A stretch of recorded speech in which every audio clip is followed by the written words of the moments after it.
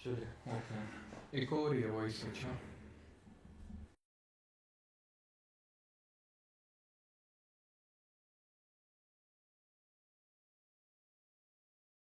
Heat balance and temperature unclear है। Okay ठीक है, अभी ठीक होगी। चलिए ओके, एक और ही है voice.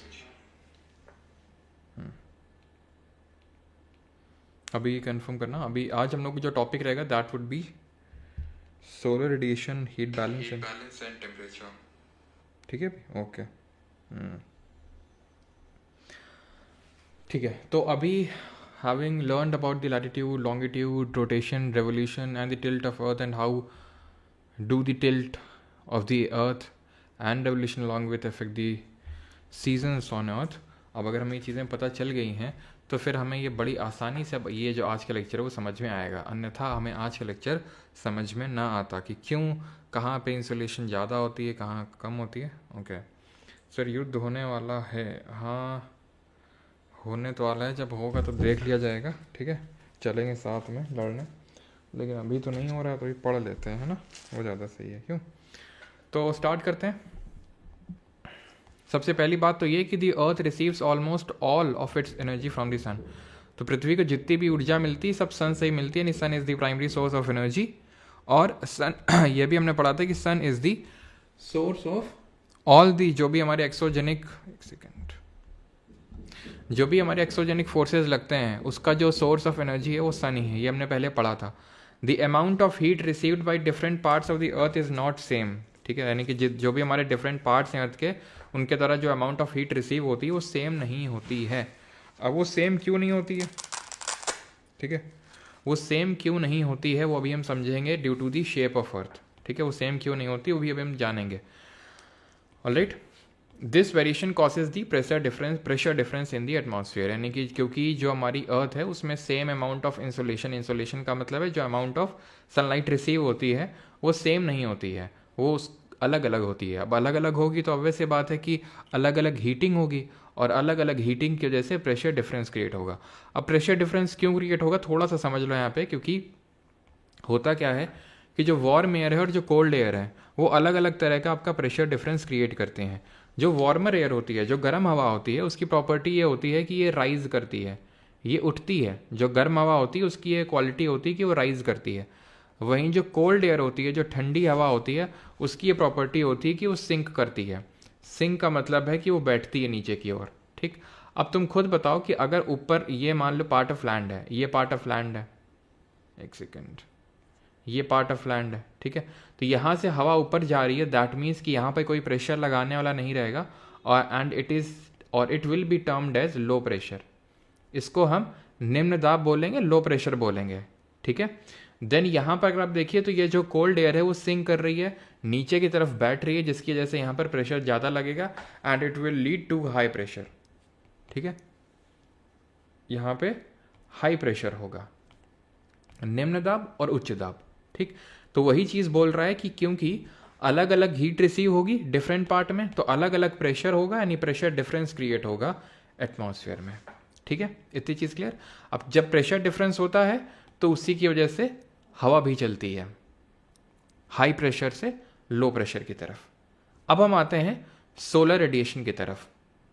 The earth surface receives most of its energy in short wavelength and इसको बोलते हैं insolation, which means incoming solar radiation, जिसके बारे में पिछले लेक्चर में भी हमने जिक्र किया था थोड़ा सा। इन डिटेल हम यहाँ पर जिक्र करेंगे कि जो सन से हमारे ये मिलती है, ठीक है, सनलाइट मिलती है, इसको हम इनकमिंग सोलर रेडिएशन बोलते हैं, जो आती है। इन शॉर्ट इंसोलेशन बोल देते हैं, और ये शॉर्ट वेवलेंथ के फॉर्म में रहता है। ठीक है, शॉर्ट वेवलेंथ के फॉर्म में रहता है, यानी उसकी वेवलेंथ उतनी ज़्यादा होती नहीं है। Now as the earth is a geoid resembling a sphere, geoid shape होता है, जिसको कि हम और किस नाम से जानते हैं जरा बताइए?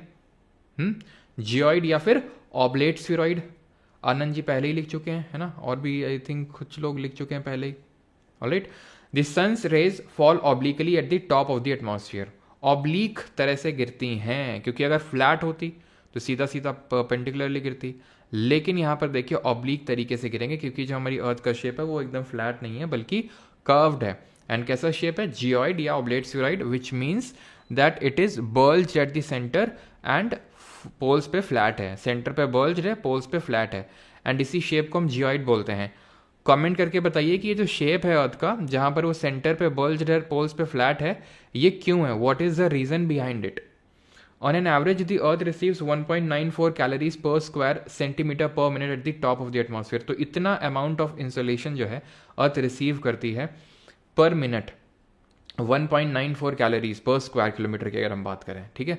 तो ये जो शेप है अर्थ का, उसके पीछे का रीजन है सेंट्रीफ्यूगल फोर्स, और उसके पीछे का रीजन है अर्थ का रोटेशन, जिसकी वजह से जो सेंटर है वो बल्ज्ड हो जाता है। Now solar output received at the top of the atmosphere very slightly in a year but due to variations in a year due to the variations in the distance between the earth and the sun. ये बोल रहा है कि जो amount of insolation मिलता है, incoming solar radiation आता है, जो धूप आती है, वो सेम नहीं रहती है पूरे साल भर। कारण एक ये भी है, ठीक है। अगर हम स्पेसिफिक देखो, अगर हम स्पेसिफिकली बोल लें कि जैसे फॉर एग्जांपल यहाँ पर इंडिया लोकेटेड है, तो अब वैसी बात है, आप बोलोगे गर्मियों में ज़्यादा आएगा, सर्दियों में कम आएगा, लेकिन मैं इन नेट मान लूँ कि 2024 में इतना आता है, तो ठीक है।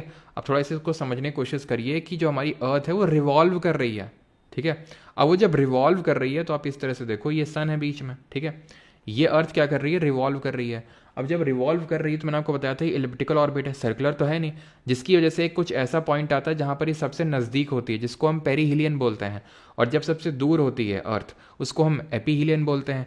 ये डिस्टेंस कितनी होती है और ये डेट कब होती है, जरा कॉमेंट करके बताइए आप। तो ये डिस्टेंस की अगर बात करेंगे तो पेरीहिलियन की होती है 147 मिलियन किलोमीटर, और एपीहिलियन की होती है 152 मिलियन किलोमीटर। डेट होती है पेरीहिलियन मतलब पास कब है, 3 जनवरी को, और सबसे दूर कब है, 4 जुलाई को। अब आपके दिमाग में ये तो नहीं आ रहा कि सर 3 जनवरी को तो अगर सबसे पास में है हमारी जो अर्थ है सन के, तो फिर सर्दी क्यों पड़ती है, 4 जुलाई को सबसे दूर है तो गर्मी क्यों पड़ती है। तो इसका कारण ये है कि सर्दी गर्मी पेरीहिलियन और एपीहिलियन से डिसाइड नहीं होती हैं, तो फिर किससे होती हैं, अर्थ के टिल्ट से और रेवोल्यूशन से। तो क्योंकि ये जब टाइम होता है जनवरी का, तो इस टाइम पे जो अर्थ का सदर्न हेमिस्फीयर है वो टिल्टेड है टुवर्ड्स दी सन, तो इसलिए यहाँ पर ज़्यादा इंसोलेशन रिसीव होगा, बजाय कि in spite of the fact that कि ये नज़दीक है, नज़दीक तो है, तो नज़दीक से क्या होगा कि इसको और ज़्यादा गर्मी एक्सपीरियंस होगी। यहाँ पे तो सर्दी ही रहेगी ना, क्योंकि टिल्टेड अवे फ्रॉम द सन है।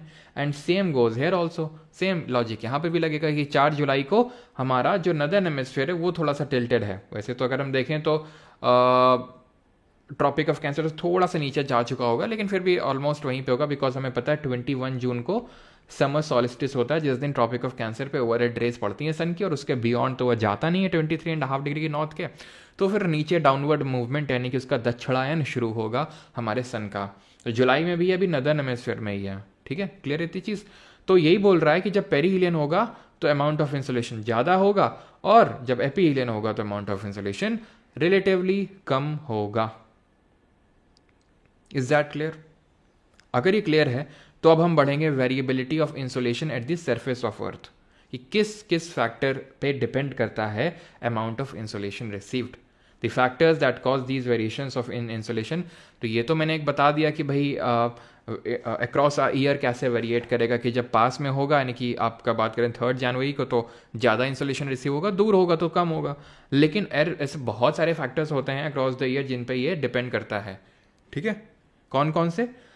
अर्थ का रोटेशन ऑन इट्स एक्सिस, ठीक है, ये क्या करेगा, ये आपका इफेक्ट करता है। कैसे इफेक्ट करता है? अब आपको पता है कि अभी फॉर एग्जांपल शाम का समय है 4 बजे का, ठीक है, सॉरी कितना 4:30 बज रहा होगा, अभी धीरे धीरे आपको पता है रात हो जाएगी, तो रात को इंसुलेशन आएगा क्या? नहीं आएगा, सिंपल। तो अर्थ दिन और रात किसकी वजह से होते हैं? रोटेशन की वजह से होते हैं। तो रोटेशन ऑफ अर्थ जो है वो इफेक्ट करता है। एंगल ऑफ इंक्लिनेशन जो है, angle of inclination of the sun's rays, अब कैसे ये इफेक्ट करता है, रुक जाओ थोड़ा सा, ठीक है।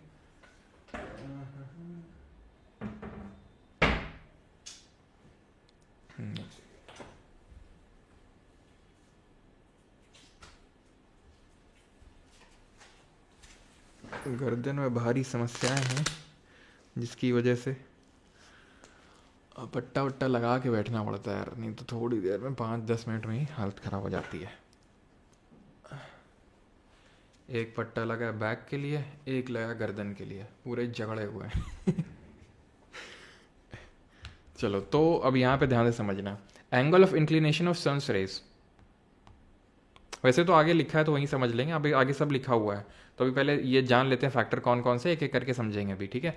लेंथ ऑफ द डे, अब आपको पता है हमने पिछले लेक्चर में ही समझा था ये चीज़ कि आप बताओ 21 जून को लेंथ ऑफ डे ज़्यादा होगी नदर्न हेमिस्फीयर में या फिर कम होगी? ज़्यादा होगी, हमें पता था कि सबसे लॉन्गेस्ट डे होता है 21 जून को और शॉर्टेस्ट डे होता है 22 दिसंबर को, तो वो भी चीज़ अमाउंट ऑफ इंसोलेशन को तो अफेक्ट करेगी। अमाउंट ऑफ इंसोलेशन 21 जून को ज़्यादा होगा एंड 22 दिसंबर को कम होगा, सिंपल। अगर हम नदर्न हेमिस्फीयर की बात करें, ट्रांसपेरेंसी ऑफ एटमॉस्फेयर का मतलब क्या होता है कि एटमॉस्फेयर कितना साफ है, साफ से मतलब है कि बादल हैं नहीं हैं, बादल होंगे तो कम इंसोलेशन होगा, ठीक है। बादल अगर नहीं होंगे तो पूरी सनलाइट आएगी, ज़्यादा सनलाइट जितनी आ सकती है, ठीक है। तो ये भी कहीं ना कहीं इफेक्ट करता है ना। अब एक एक करके इन्होंने इस चीज़ को एक्सप्लेन कर रखा है, जैसे the fact that the earth's axis makes, ठीक है, makes an angle of 66.5 degree with the plane of its orbit round the sun has a greater influence on the amount of insolation received at different latitudes. क्यों? क्योंकि आपको मैंने बताया था कि हमारी अगर अर्थ टिल्टेड ना होती, यानी कि एकदम इस तरह से उसकी एक्सिस होती, तो अमाउंट ऑफ इंसुलेशन अगर हम देखें इस तरह से, तो सीजन्स में पहली बात तो कोई चेंज ना होता, क्योंकि अर्थ पे जो सन की डायरेक्ट रेज है वो इक्वेटर पे पड़ रही होती हैं डायरेक्ट, ठीक है, तो ज़्यादा कोई वेरिएशंस ना होते। लेकिन अब क्योंकि अर्थ टिल्टेड है, जैसे फॉर एग्जांपल अभी ऐसे टिल्टेड है, ठीक है, तो सन इसने पैर दिखा रखे हैं अपने अभी सन को, ये पूरा हमने लॉजिक समझा था सिर और पैर वाला। फिर जब यहाँ तक पहुंचेगी तो ये कुछ इस तरह से हो जाएगी, नहीं इसने अपना सिर दिखा रखा है, अभी ये वाले पे ज़्यादा पड़ रहा है, अभी ये वाले पे ज़्यादा पड़ रहा है, फिर बीच में ज़्यादा पड़ेगा इन दोनों पोजीशंस पे। तो अगर टिल्ट ना हो तो कोई लोड नहीं है, यहीं पे पड़ता रहेगा पड़ता रहेगा पड़ता रहेगा, कोई लोड नहीं है। लेकिन लोड हो जाता है क्योंकि कभी ट्रॉपिक ऑफ कैप्रिकॉन तो कभी ट्रॉपिक ऑफ कैंसर तो कभी इक्वेटर, इन पे डायरेक्ट रेस पड़ रही होती है सन की, ठीक है। तो इस वजह से वेरिएशंस होते रहते हैं अर्थ के टिल्ट के वजह से। जो 23.5 डिग्री टिल्टेड है अपनी एक्सिस पे और अपने प्लेन ऑफ ऑर्बिट पे 66.5 डिग्री, जो कि हमने कॉन्सेप्ट पिछले लेक्चर्स में समझे थे। Now, the second factor that determines the amount of insolation is the angle of inclination of the sun की rays जो है, sun rays, and that depends on the latitude of a place। कैसे depend करती है latitude of a place पे? देखो, अब तुम मुझे बताओ, ये सन है, ठीक है, ये सन है, अब यहां पे सीधा आ रही है, ठीक है, ध्यान से समझिएगा प्लीज, है ना। यहां पे सनलाइट आई और इस तरह से, एक ये मैं केस कंसिडर करता हूं, और ये मैं मान लेता हूं कि इस तरह से हमारा एटमॉस्फेयर है, ठीक है। तो आप एक चीज को नोटिस करोगे, अब दो कारण हैं जिसकी वजह से amount of insolation received here will be less than the amount of insolation received here. अब हम हेयर ना करके हम ये बोल सकते हैं कि amount of insolation received at higher latitudes, let's say this is 40 degree north latitude and this is 0 degree latitude, तो हायर लैटिट्यूड पे जो अमाउंट ऑफ इंसुलेशन रिसीव्ड होगा वो कम होगा। क्यों?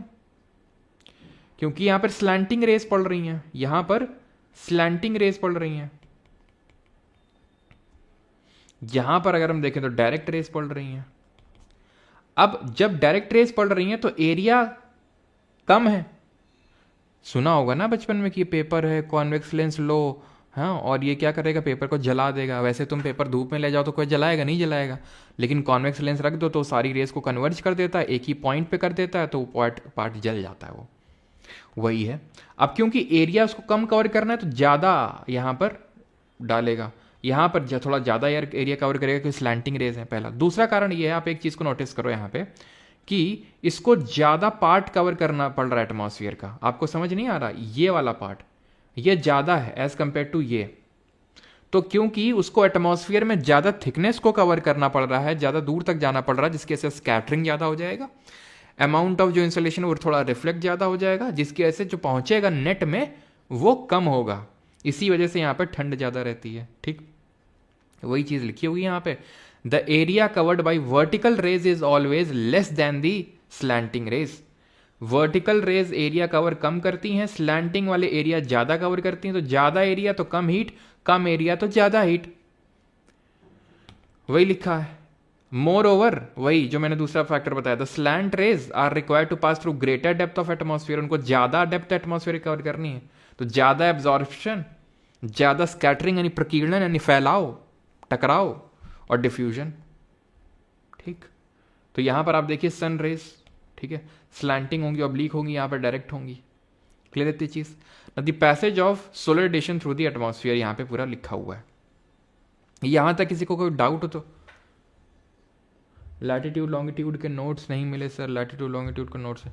अब बस यार, अब तुम कल से हम फ्री हैं, ठीक है, और जितनी भी दिक्कतें समस्याएं हैं सब सॉर्ट आउट हो जाएंगी, ठीक है, कोई दिक्कत प्रॉब्लम नहीं आएगी, सब नोट्स और सारी चीज़ें भी टाइम पे मिलने लगेंगी। All right. Devanshi ji NCERT है ये।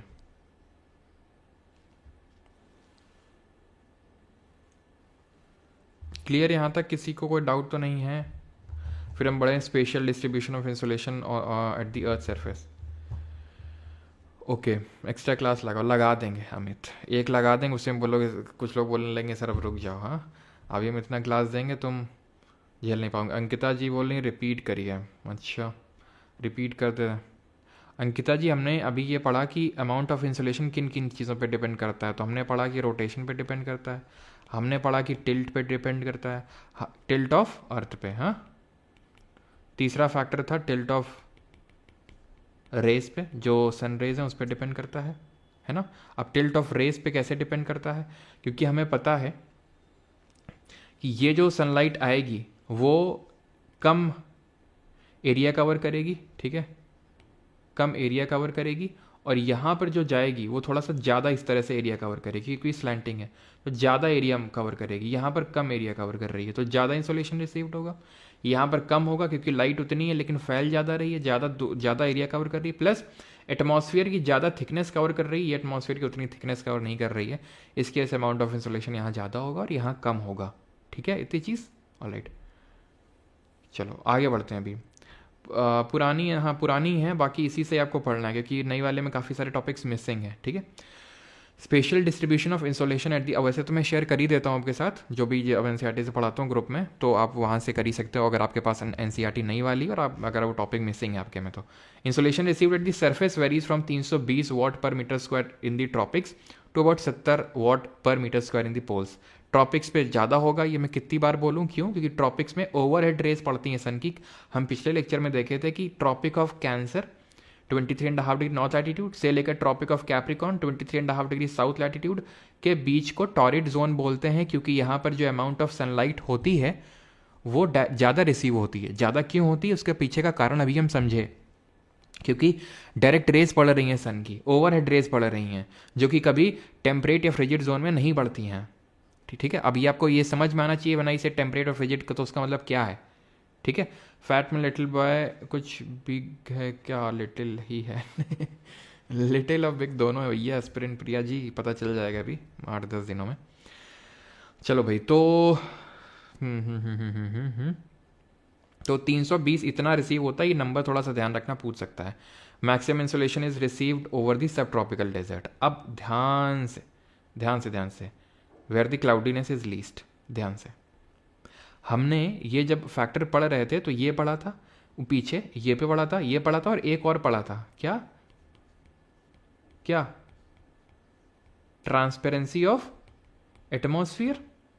इसका मतलब क्या था? क्लाउडीनेस लेवल से ये बोल रहा है कि सब ट्रॉपिकल में तुमको ज्यादा देखने को मिलेगा amount of insolation as compare to equator, वही लिखा हुआ ट्रॉपिक्स, ठीक है। सब ट्रॉपिकल डेजर्ट पे इंसोलेशन ज़्यादा होगा, इक्वेटर थोड़ा सा कम रिसीव करता है देन दी ट्रॉपिक्स। ऐसा क्यों होता है? ऐसा क्यों होता है? Why it is so? ऐसा इसलिए होता है क्योंकि सब ट्रॉपिक का मतलब तुम्हें पता है, ये जैसे ट्रॉपिक ऑफ कैंसर 23.5 नॉर्थ, ये tropic of Capricorn 23.5 degree south, तो सब ट्रॉपिक का मतलब ये इसके बीच का लगभग 20 डिग्री नॉर्थ 20 डिग्री साउथ, आप रफली समझ सकते हो 15-20, ठीक। क्यों होता है यहाँ पे? क्यों होता है यहाँ पे अमाउंट ऑफ इंसोलेशन ज़्यादा रिसीव, क्यों यहाँ पे ज़्यादा होता है एज कम्पेयर टू यहाँ? क्योंकि कायदे से देखा जाए तो सन की रेस तो 2 बार ओवरहेड होती हैं, एक तो 21 मार्च को, 23 सितंबर को इक्वेटर पे। होता ये है कि यहाँ पे बादल ज़्यादा बनता है इक्वेटर में बादल बहुत होता है, तो ट्रांसपेरेंसी ऑफ एटमॉस्फेयर कम हो जाती है जिसकी वजह से इंसोलेशन रुक जाता है। यहाँ पर ज़्यादा रिसीव होगा सब ट्रॉपिक्स में, क्योंकि खूब गर्मी आ रही है और उतना क्लाउडीनेस लेवल नहीं रहता। यहाँ पे तो स्लैंटिंग रेज ही पड़ रही हैं, कभी ओवरहेड रेज पड़ती नहीं है, तो फिर वहाँ पे तो कोई चांस ही नहीं है। तो सब ट्रॉपिकल और वो भी डेजर्ट में आपको ज़्यादा मिलेगा, और बोल रहा है कि कॉन्टिनेंट में ज़्यादा मिलेगा एज कम्पेयर टू ओशंस, यानी कि इंसोलेशन जो होगा वो कॉन्टिनेंट में ज़्यादा होगा ओशंस, यानी कि ज़मीन में ज़्यादा होगा पानी के मुकाबले। ऐसा इसलिए होता है, ध्यान रखिएगा, हमेशा ध्यान रखिएगा, इकोनॉमी जितने भी हम ज्योग्राफी में फैक्टर्स पढ़ेंगे कि क्यों ये कॉन्टिनेंट में होता है ओशन में नहीं होता, तो समझिएगा कॉन्टिनेंट मतलब लैंड, और जो लैंड होता है उसकी स्पेसिफिक हीट कैपेसिटी कम होती है, it has less specific heat capacity, कम होती है। इसका मतलब ये है कि जो लैंड है heats up and cools down quickly as compare to ocean, यानी कि जो जमीन होती है वो जल्दी से गर्म होती है, जल्दी से ठंडी होती है एज कंपेयर टू ओशन या फिर वाटर। ठीक है, तो ये इसके पीछे का रीजन है। क्लियर है यहां तक सभी को? अब आ जाए हीटिंग और कूलिंग किस तरह से होती है एटमॉस्फेयर में, उसके बाद हम हीट बजट समझेंगे। तो अभी हमने जाना कि भाई शॉर्ट वेव रेडिएशन आता है, इंसोलेशन जिसको बोलते हैं, इंसोलेशन शॉर्ट वेव के फॉर्म में आता है। और पिछले लेक्चर में हमने पढ़ा था कि वो जो पड़ता है सन रेज, उसके बाद जो रिफ्लेक्ट होता है वो लॉन्ग वेव के फॉर्म में होता है। ये नई चीज़ नहीं है हमारे लिए, हम पहले ही पढ़ चुके हैं कि लॉन्ग वेवलेंथ के फॉर्म में होता है। और जो हमारा एटमॉस्फियर होता है, atmosphere which is an envelope of gases, वो हीट होता है शॉर्ट वेव नहीं, लॉन्ग वेव की रेडिएशन, जो कि टेरेस्ट्रियल रेडिएशन है। ठीक, समझा देते हैं आपको। ठीक है, टेरेस्ट्रियल रेडिएशन वो पूरा यहाँ पे लिखा हुआ है, लेकिन हम पहले आपको समझा देते हैं, देन आगे बढ़ते हैं, अच्छे से एक बार समझ लेते हैं। जो हमने पिछले लेक्चर में भी थोड़ा सा देखा था कि ये जो इंसोलेशन आता है हमारी अर्थ सरफेस पे, अभी वो हम समझेंगे कितना आता है, कितना रिफ्लेक्ट हो जाता है, कितना एब्जॉर्ब होता है, वो सब हीट बजट के अंदर का टॉपिक है, अभी वो भी आएगा आगे। तो ये क्या हुआ, पढ़ा, इंसोलेशन आया, ये किसके फॉर्म में होता है, ये होता है आपका, हमेशा याद रखिएगा, शॉर्ट वेवलेंथ के फॉर्म में। और जो भी हमारी ग्रीन हाउस गैसेज होती हैं, जैसे for example water vapour, carbon dioxide, methane, nitrous oxide, इनकी प्रॉपर्टी होती है कि ये शॉर्ट वेव को आने देते हैं, यानी they are transparent for the short wave radiation. लेकिन जैसे ही पढ़ के ये निकलती है, इसको जिस तरह से इंसोलेशन बोलते हैं उसी तरह से इसको बोलते हैं टेरेस्ट्रियल रेडिएशन। ये होता है लॉन्ग वेवलेंथ के फॉर्म में। और ये जो मैंने ग्रीन हाउस गैसेस का जिक्र किया, ये ट्रांसपेरेंट तो होती हैं इंसोलेशन के लिए, लेकिन टेरेस्ट्रियल रेडिएशन के लिए ओपेक होती हैं, ट्रांसपेरेंट नहीं होती, यानी कि बोलती हैं कि आए तो तुम हमारी अपनी मर्जी से थे, जाओगे हमारी मर्जी से, उसको ट्रैप कर लेती हैं, और इसी वजह से हमारा जो एटमॉस्फेयर है वो हीट होता है टेरेस्ट्रियल रेडिएशन की वजह से, ना कि इंसोलेशन की वजह से। दोनों ही का जो फॉर्म रहता है, ध्यान रखिएगा, ये आपका इंफ्रारेड रेडिएशन रहते हैं। जो अल्ट्रावायलेट रेडिएशन होते हैं वो तो हमारा एब्जॉर्ब कर लेता है, रिफ्लेक्ट कर देता है। कौन रिफ्लेक्ट कर देता है उसको? वो कर देता है ओजोन लेयर, जो कहाँ मौजूद है, हमारे एटमॉस्फेयर के किस लेयर में प्रेजेंट है, जल्दी से बताओ। और ये आपके इंफ्रारेड होते हैं। क्लियर इतनी चीज? तो वो आपको समझ में आ गया। अब ये बोल रहा है कि एटमॉस्फेयर हीट 3 तरीकों से हो रहा है, पता है वो 3 तरीके लिखे हैं, हम आपको वहीं समझाते हैं। चलो ठीक है, एक तो तरीका ये है, पहला तरीका, जैसे अर्थ सरफेस है, ये आया हीट, ये आया हमारा मतलब इंसोलेशन, और उससे तो हीट होगा नहीं, तो टेरेस्ट्रियल रेडिएशन। और यही कारण है कि क्यों जब हम ऊपर जाते हैं ट्रोपोस्फियर में तो टेम्परेचर घटता है। क्यों घटता है? क्योंकि अगर सोचो इससे हीट हो रहा होता तो ये ज़्यादा गर्म होता, ये कम, ये कम, ये कम, ये कम, ये कम, ये कम, यानी ये ऊपर जाते टेम्परेचर बढ़ता। लेकिन हो क्या रहा है, ये टेरेस्ट्रियल रेडिएशन है तो यहाँ ज़्यादा हीट होगी, यहाँ कम, यहाँ कम, यहाँ कम, तो टेम्परेचर डिक्रीज होता है। लैप्स रेट बोलते हैं। कितना लैप्स रेट होता है बताओ जल्दी से ट्रोपोस्फियर का?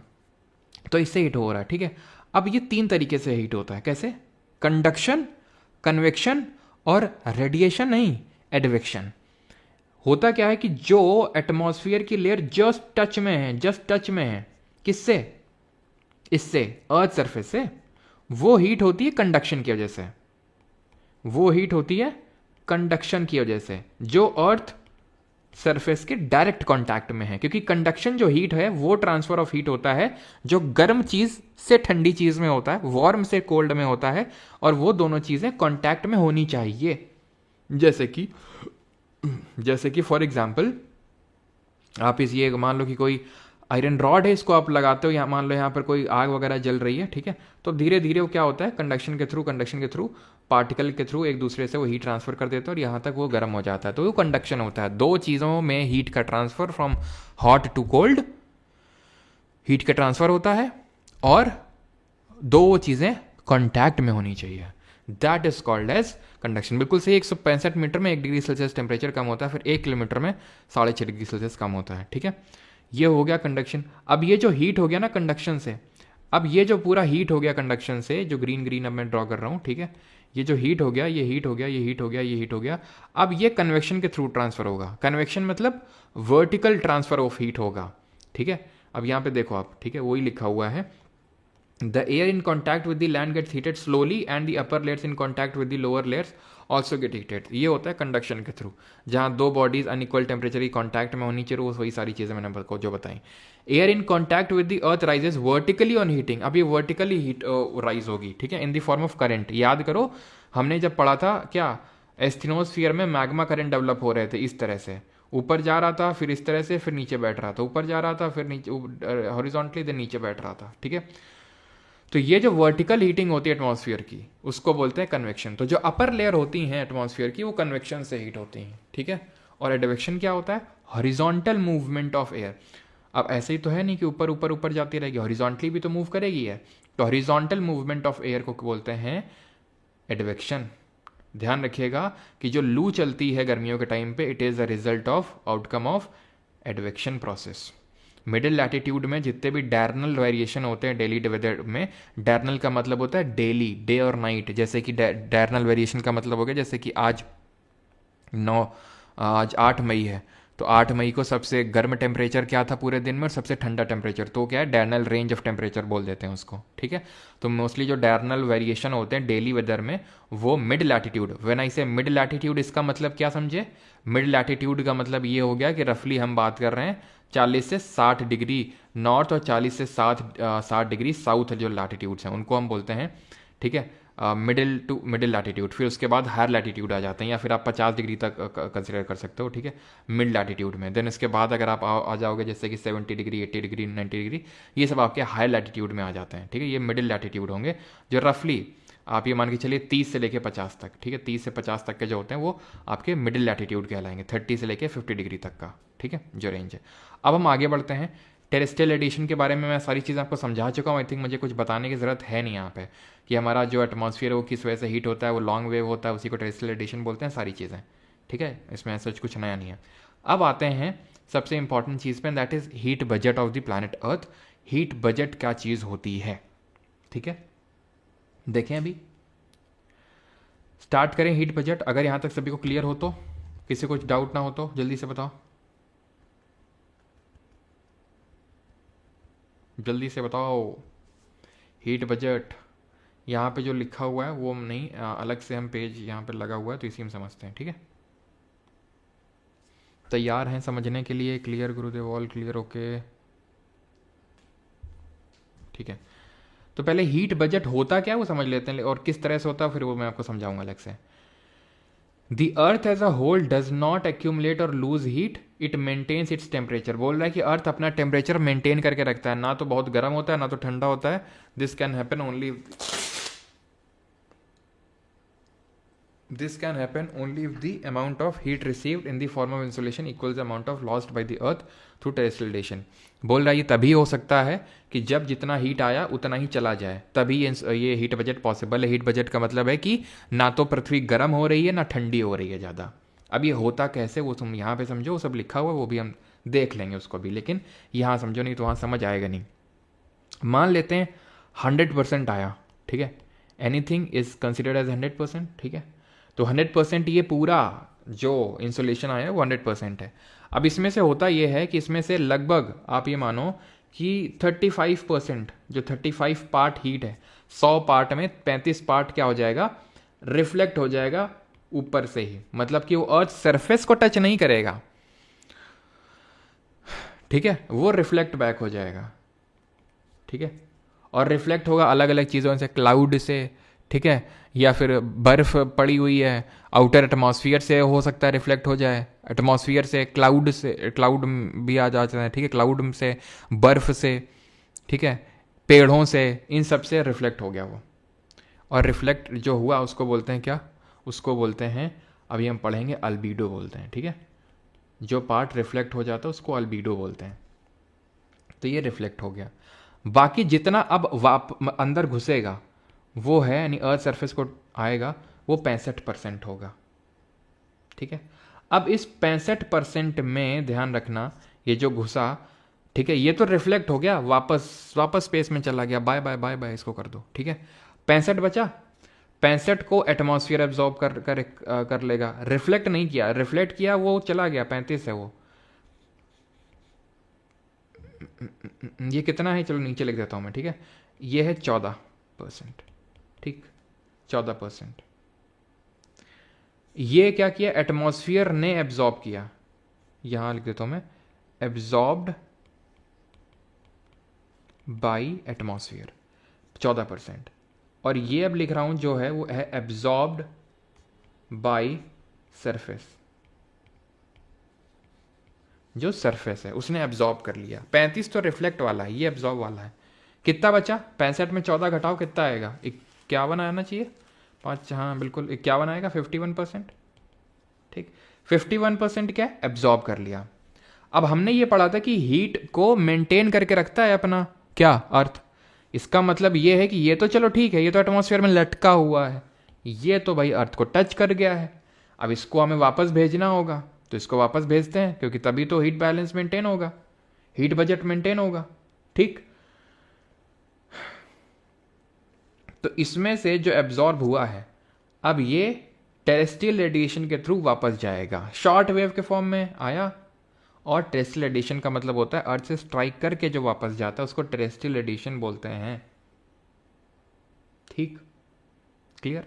अब इस 50 जो 51% हुआ है, इसमें से 17% बिना किसी रोक टोक के वापस चला जाएगा स्पेस में।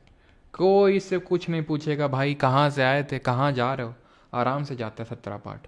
बच गया कितना, 35%, सॉरी 34% होगा ना, 51 में 17 घटाओगे 34 आएगा, तो 34% बच गया। इसको ये जब जाता है ना तो इसको एटमॉस्फेयर एब्जॉर्ब कर लेता है, एब्जॉर्ब्ड बाय एटमॉस्फेयर, समझे आप। तो एटमॉस्फेयर के पास कितना, 14 और 34, ये भी धीरे धीरे चला ही जाता है, ठीक है। तो टोटल इस तरह से हीट बजट जो है हमारी अर्थ का मेंटेन होता है। यही पूरी राम गाथा यहाँ लिखी हुई है, जो शायद आप पहली बार अगर पढ़े होंगे तो ना समझ में आई हो आपको, या फिर अगर आप पढ़ेंगे तो नहीं समझ में आएगी वैसे, ठीक है, बड़ा थोड़ा सा कॉम्प्लेक्स टाइप लगता है तो, लेकिन वही चीज़ें लिखी हुई हैं, क्लियर है। अब इसमें इन्होंने फर्दर ब्रेक कर दिया, जैसे मैंने बताया था 35 रिफ्लेक्ट हो गया था, 100 में 35 चला गया था, तो उसमें बोल रहे हैं जो 27 है वो टॉप ऑफ क्लाउड से गया है, 2 स्नो और आइस कवर से गया है, ये जो रिफ्लेक्ट हुआ इसी को अल्बीडो बोलते हैं, जो हम तुम्हें बता रहे थे अल्बीडो। अब अल्बीडो में सवाल ये बनता है कि किसका अल्बीडो कितना है। अगर किसी का अल्बीडो 100% है, इसका मतलब ये है कि उसका अल्बीडो 1 है, या अगर मैं ऐसे बोलूं कि अगर कंप्लीट, अगर एक सेकेंड, अगर 100% ऑफ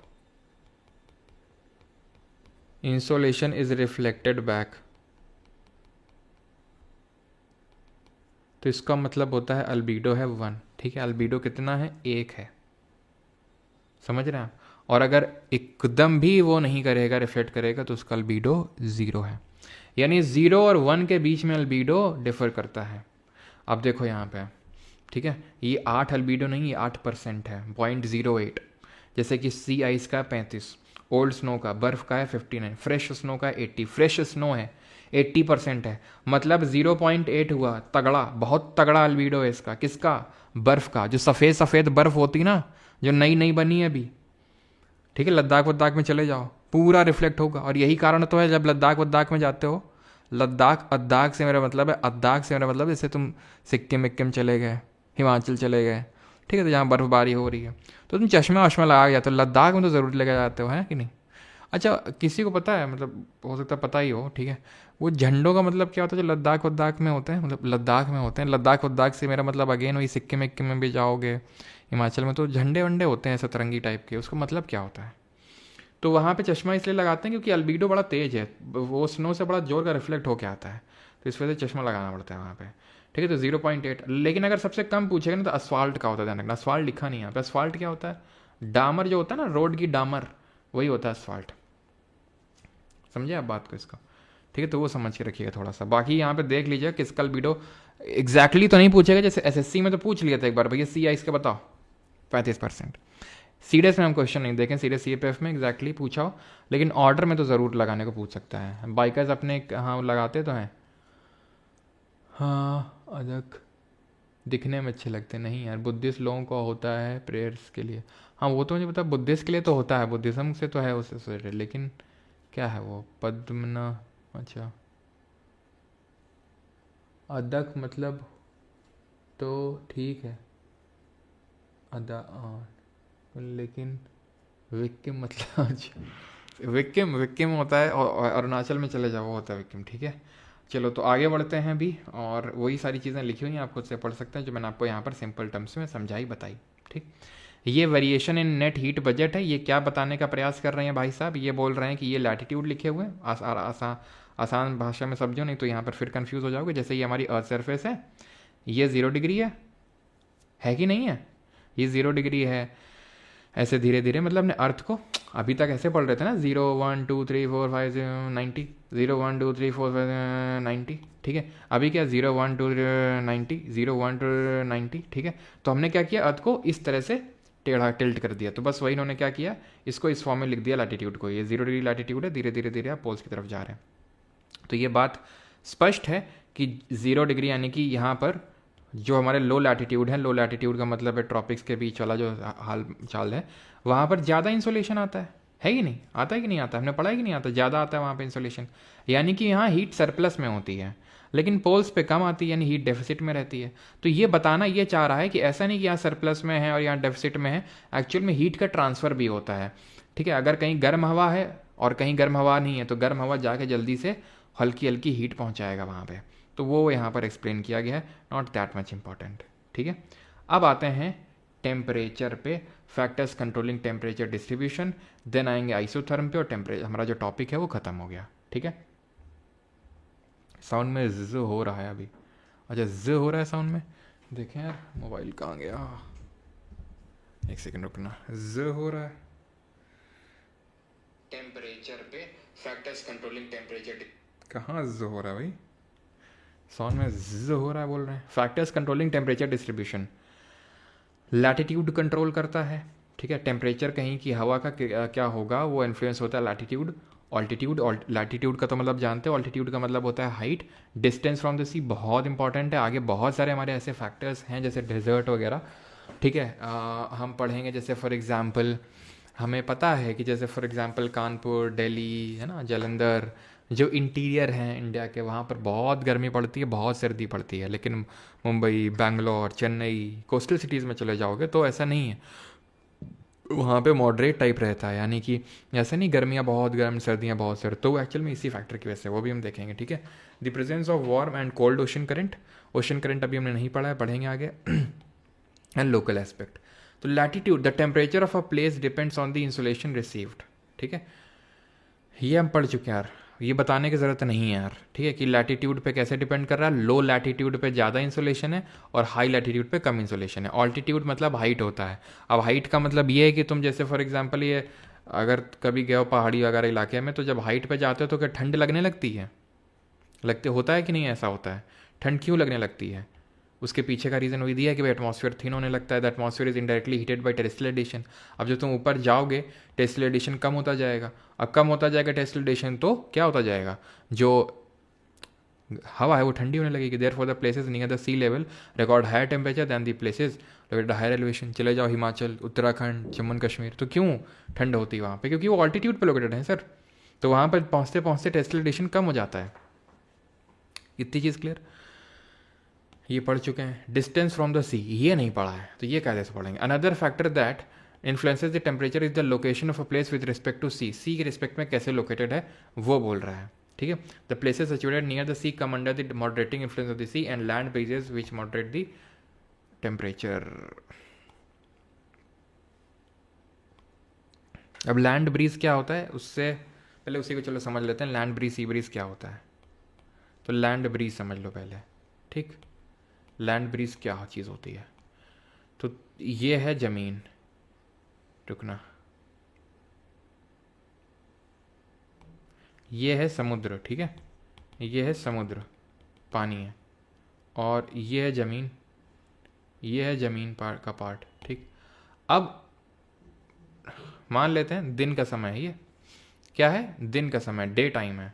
तो दिन में यहाँ भी इंसोलेशन आएगा, यहाँ इंसोलेशन आएगा। हम तुम्हें बताए थे पीछे कि बेटा ये जो होती है ज़मीन, वो जल्दी, क्योंकि स्पेसिफिक हीट कैपेसिटी कम होती है तो जल्दी हीट एब्जॉर्ब करती है और जल्दी हीट लूज करती है। अब ये दिन का समय है, दिन के समय तो सरफेस हीट होती है और रात के समय वो टेरेस्ट्रियल रेडिएशन के फॉर्म में हीट रिलीज होती है, तो जल्दी से गर्म हो जाएगा।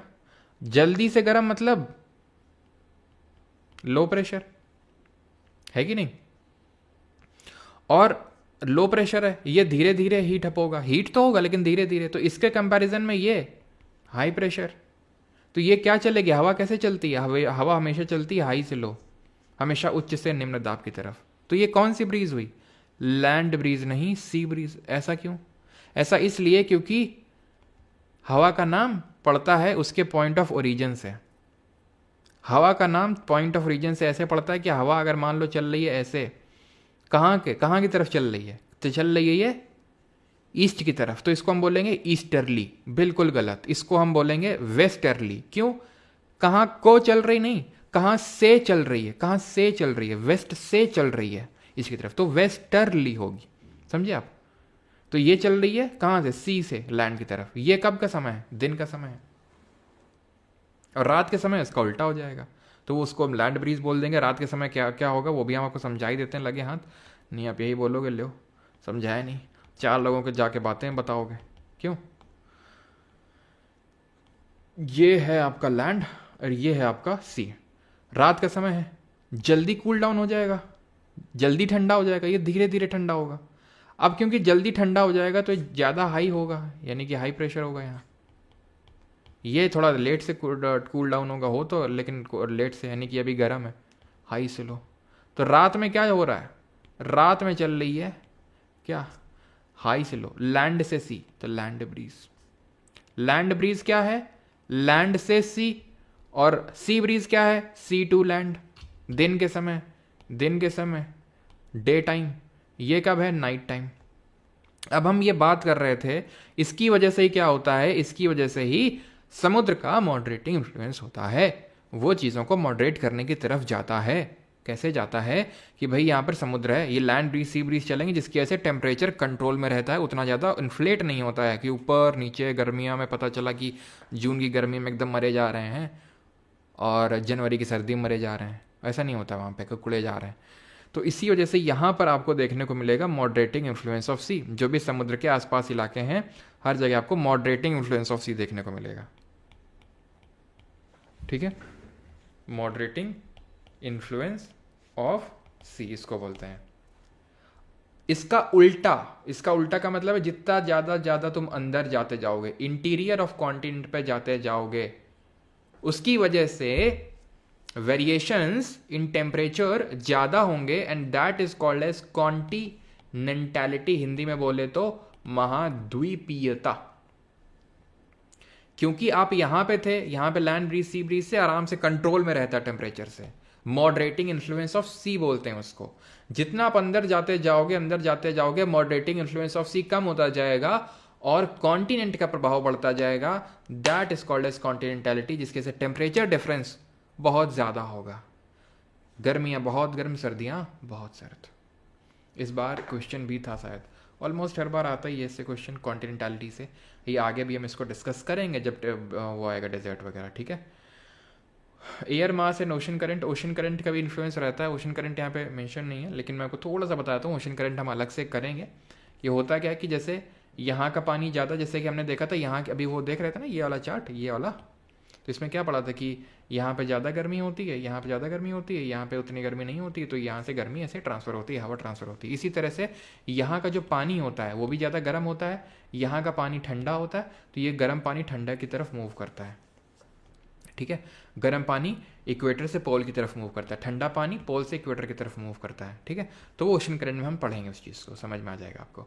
अब आते हैं अपने फाइनल चीज़ पे, जो अगेन आप यहाँ पे पढ़ने जाएंगे। आप चाहें तो खुद से अभी पढ़ सकते हैं, 10 मिनट का टाइम, 5 मिनट का लेके, अब खुद समझ में आ जाएगा। काफ़ी दिमाग ख़राब हो जाएगा आपको कि या अल्लाह ये क्या हो रहा है क्या हो रहा है ये, या अल्लाह अब तो मुझसे नहीं पढ़ा जाएगा, अब तो मैं कलमा पढ़ूंगा। तो यहाँ पर अभी हम पढ़ेंगे डिस्ट्रीब्यूशन ऑफ टेम्परेचर। ऑलराइट, तो isotherms are lines joining places having equal temperature. Isotherm क्या होते हैं? वो लाइंस होती हैं जो उन पॉइंट्स को कनेक्ट कर रहे हैं जो जहाँ पर टेम्परेचर सेम है, वो होते हैं आइसोथर्म। समझ में आई बात? बस इतना तुम पहले बात हमें बताओ, समझ में आया कि नहीं, फिर हम आगे बढ़ें। आइसोथर्म यानी कि वो लाइन जो उन पॉइंट्स को कनेक्ट कर रही है जिनका सेम टेम्परेचर है। थोड़ा मतलब है कॉम्प्लेक्स, अगर आप पढ़ने जाओगे, मैं आपको फिर से बता रहा हूँ, लेकिन मैं सिंपल टर्म्स में आपको भी समझा दूंगा, समझ में आ जाएगा आपको। ठीक है, चलो भाई, मसाला नहीं बोलना है, मकसद नहीं बोलना है।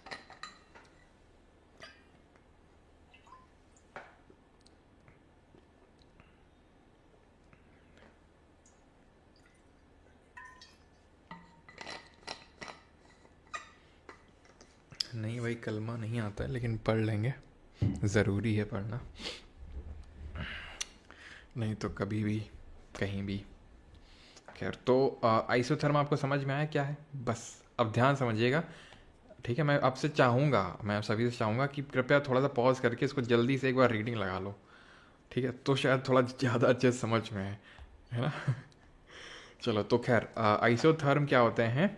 वो लाइन होती है, जैसे ये है आइसोथर्म में 10 डिग्री सेल्सियस का, इसका मतलब है कि ये लाइन उन पॉइंट से गुजर रही है जहाँ जहाँ 10 डिग्री सेल्सियस